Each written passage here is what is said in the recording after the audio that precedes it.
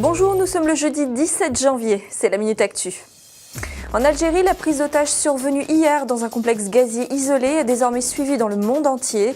Des dizaines d'employés seraient retenus dans l'est du pays par un commando lié à Al-Qaïda et hostile à l'intervention française au Mali.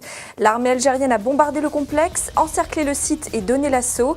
4 otages étrangers auraient été libérés, mais 34 autres seraient morts, ainsi que 15 de leurs ravisseurs.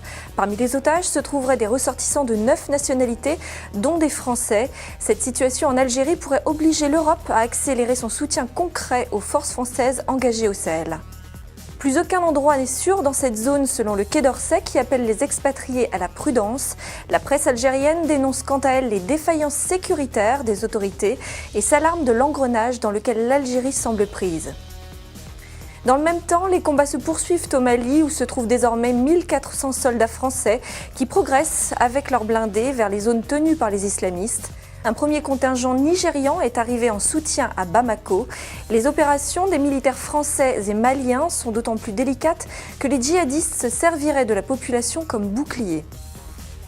Zone de turbulence pour Boeing. Les autorités américaines demandent à toutes les compagnies du monde qui exploitent le 787 de suspendre son utilisation jusqu'à nouvel ordre après une série d'incidents dont un atterrissage d'urgence hier au Japon. Une enquête est en cours sur la sûreté des batteries de ces avions. Si les investigations duraient, l'impact pourrait être très mauvais sur les compagnies qui exploitent le 787. À demain pour une nouvelle Minute Actu.